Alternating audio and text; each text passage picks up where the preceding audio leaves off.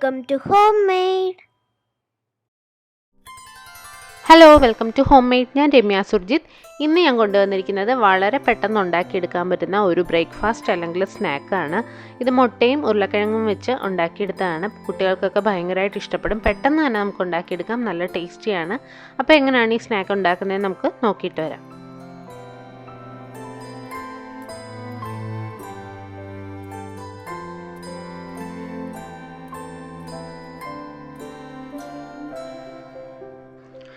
ഇതിന് വേണ്ടിയിട്ട് ഞാൻ 2 ഉരുളക്കിഴങ്ങ് കഴുകി നന്നായിട്ട് ഗ്രേറ്റ് ചെയ്തെടുത്തതാണ്. ചെറുതായിട്ട് ഗ്രേറ്റ് ചെയ്തെടുക്കുന്നതാണ് നല്ലത്. അതാകുമ്പോൾ നമുക്ക് പെട്ടെന്ന് കുക്കായി കിട്ടും. അതല്ലാന്നുണ്ടെങ്കിൽ പിന്നെ വേവിച്ചുടച്ചൊക്കെ എടുക്കേണ്ടി വരും. അതിനേക്കാൾ നല്ലത് ഇതുപോലെ ഗ്രേറ്റ് ചെയ്തെടുക്കുക, പെട്ടെന്ന് ജോലി കഴിയും. പിന്നെ നമുക്ക് വേണ്ടത് ഒരു വലിയ സവോള കനം കുറച്ചരിഞ്ഞ് എടുത്തിട്ടുണ്ട്. നിങ്ങൾക്ക് വലിയ സവോള അല്ലാന്നുണ്ടെങ്കിൽ ചെറുത് 2 ആണെങ്കിലും ഉപയോഗിക്കാം.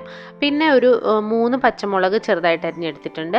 പിന്നെ കുറച്ച് മല്ലിയില ചെറുതായിട്ട് അരിഞ്ഞെടുത്തിട്ടുണ്ട്. മല്ലിയില ഇല്ലെങ്കിൽ കറിവേപ്പില ആയാലും മതി, അതും ചെറുതായിട്ടൊന്ന് അരിഞ്ഞെടുക്കുക. പിന്നെ ഒരു വലിയ പഴുത്ത തക്കാളി എടുത്തിട്ടുണ്ട്. അതിൻ്റെ കുരു ഞാൻ മാറ്റിയെടുത്തിട്ടുണ്ട്. കുരു ഉണ്ടെങ്കിലും കുഴപ്പമൊന്നുമില്ല, എങ്ങനെ വേണമെങ്കിലും എടുക്കാം. പിന്നെ നമുക്ക് വേണ്ടത് 1 മുതൽ 1.5 വരെ ടേബിൾ സ്പൂൺ കോൺഫ്ലവർ ചേർത്ത് കൊടുക്കാം. കോൺഫ്ലവർ ആണ് കേട്ടോ ഇത്. അപ്പോൾ കോൺഫ്ലവർ ഇല്ലയെന്നുണ്ടെങ്കിലും മൈദയാണെങ്കിലും യൂസ് ചെയ്യാമെങ്കിലും കോൺഫ്ലവർ ആണ് നല്ലത്. പിന്നെ 1 ടീസ്പൂൺ കുരുമുളക് പൊടി ചേർത്തിട്ടുണ്ട്. പിന്നെ ആവശ്യത്തിന് ഉപ്പ് എടുത്തിട്ടുണ്ട്. കുറച്ച് എണ്ണ ഉപയോഗിച്ചിട്ടുണ്ട്. ഏത് എണ്ണയായാലും കുഴപ്പമില്ല, വെളിച്ചെണ്ണയോ സൺഫ്ലവർ ഓയിലോ ഏതെങ്കിലും ഉപയോഗിക്കാം. പിന്നെ നമുക്ക് വേണ്ടത് 4 കോഴിമുട്ടയാണ്. 4 അല്ലെങ്കിൽ 5 6 വരെ ഉപയോഗിക്കാം. നമുക്ക് എത്രയാ ഇഷ്ടമെന്നനുസരിച്ചിട്ട് ഇതിനകത്ത് കൂടുതൽ ചേർക്കാം. മുട്ട കൂടുതൽ ചേർത്താൽ ടേസ്റ്റ് കൂടത്തേ ഉള്ളൂ. അപ്പോൾ 4 കോഴിമുട്ടയാണ് ഞാൻ എടുത്തിരിക്കുന്നത്. കോഴിമുട്ടയാണ് കേട്ടോ നല്ലത്.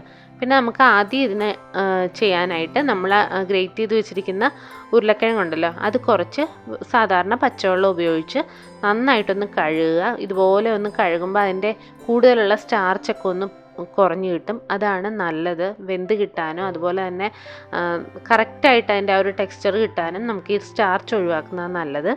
അപ്പം അത് നന്നായിട്ട് കഴുകിയതിന് ശേഷം ഇതുപോലെ ഒന്ന് നന്നായിട്ട് ഞെക്കി പിഴിഞ്ഞ് അതിൻ്റെ വെള്ളം കളഞ്ഞിട്ട് എടുക്കുക.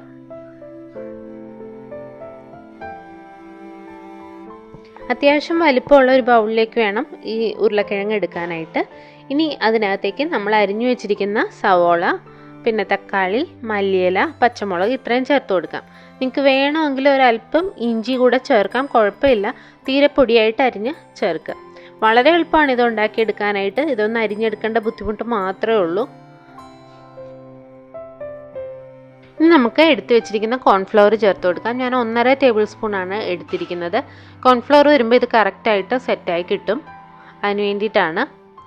പിന്നെ നമുക്ക് ഇതിനകത്തേക്ക് കുരുമുളക് പൊടി ചേർത്ത് കൊടുക്കുക. അത് എരിവിനനുസരിച്ച് അഡ്ജസ്റ്റ് ചെയ്യാൻ കുഴപ്പമില്ല. പിന്നെ ആവശ്യത്തിന് ഉപ്പും കൂടെ ചേർത്ത് കൊടുക്കുക. ഇനി നമുക്ക് ഇതിനകത്തേക്ക് ഓരോ മുട്ടയായിട്ട് പൊട്ടിച്ചൊഴിച്ച് കൊടുക്കാം.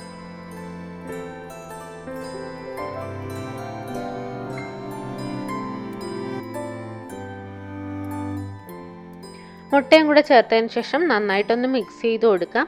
മുട്ട വേണമെങ്കിൽ നിങ്ങൾക്ക് 1 2 കൂടെ കൂടുതൽ ചേർക്കാം, കുഴപ്പമില്ല, നല്ല ടേസ്റ്റ് ഉണ്ടാവും.